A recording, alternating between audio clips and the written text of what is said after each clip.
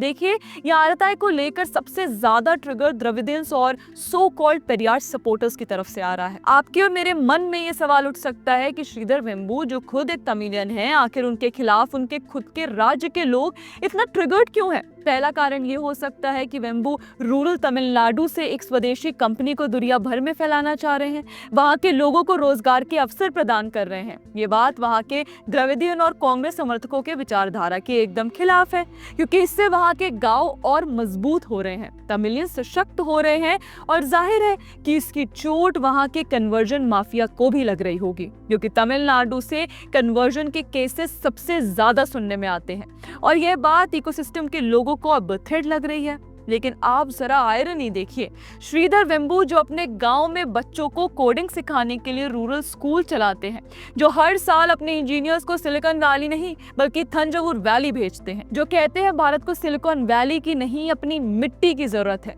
उन्हें अब left liberal ecosystem के लोगों ने राइट विंग कैपिटलिस्ट घोषित कर दिया है। कारण केवल इतना कि वे कुछ विषयों पर संघ से सहमत होंगे, क्योंकि उन्होंने यह कह दिया कि भारत को टेक्नोलॉजी के मामले में आत्मनिर्भर होना चाहिए। यानी अगर एलॉन मस्क इनोवेशन करे तो वो विजनरी, और अगर कोई भारतीय इनोवेशन करे तो वो भक्त एंटरप्रेन्योर। और सोचिए, ये डीएमके सपोर्टर्स इधर जोहो के आरटीआई के खिलाफ मुहिम चला रहे हैं और उधर उनकी सरकार के खुद कई विभाग पहले से ही जोहो सॉफ्टवेयर का व्यापक उपयोग कर रहे हैं।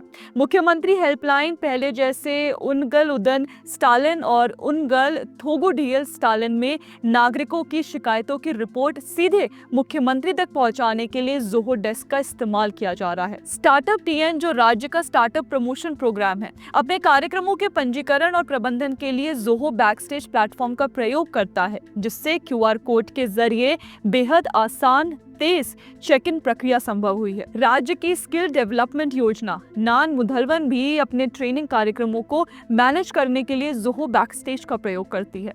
इसी के तहत जोहो जूनियर फंक्शनल एनालिस्ट जैसी ट्रेनिंग दी जा रही है, जिसमें युवाओं को सीआरएम, हेल्प डेस्क और बिजनेस सॉफ्टवेयर के प्रयोग का व्यवहारिक अनुभव मिलता है।